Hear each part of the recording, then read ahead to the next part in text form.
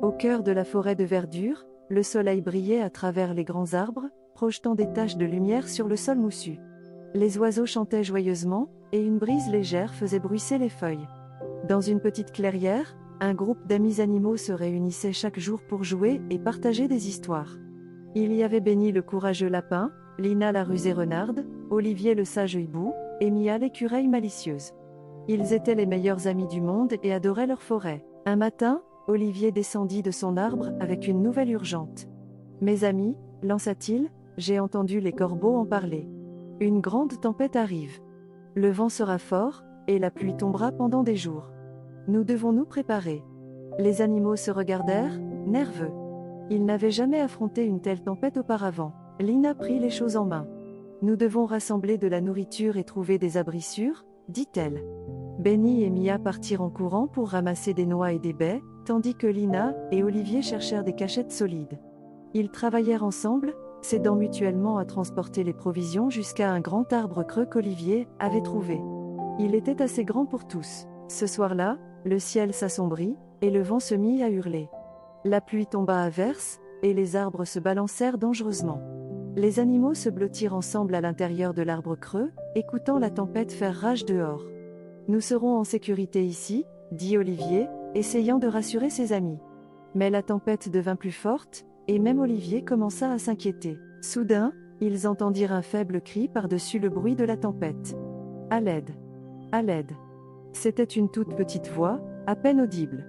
Les oreilles de Lina se dressèrent. « Il y a quelqu'un dehors, » dit-elle. Les amis se regardèrent. Devrait-il risquer de sortir dans la tempête?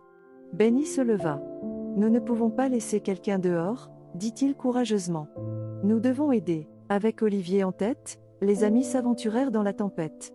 Le vent fouettait autour d'eux, et la pluie trempait leurs fourrures et leurs plumes.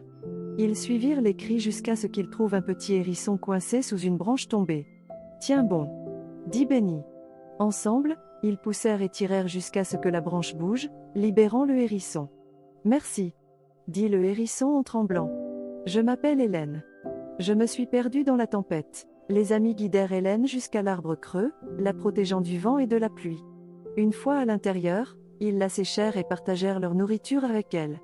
Hélène était reconnaissante. « Vous êtes si gentil, » dit-elle. « Je ne sais pas ce que j'aurais fait sans vous. » La tempête continuait de faire rage, mais les animaux se sentaient plus en sécurité ensemble. Le lendemain matin, la tempête était passée.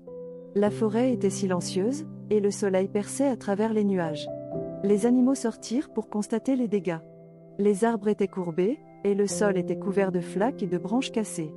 Mais leur arbre creux avait tenu bon. « Nous avons survécu, » dit Benny, soulagé. Les amis décidèrent d'aider à reconstruire la forêt. Ils dégagèrent les branches tombées, replantèrent des fleurs et s'assurèrent que tous les animaux étaient en sécurité.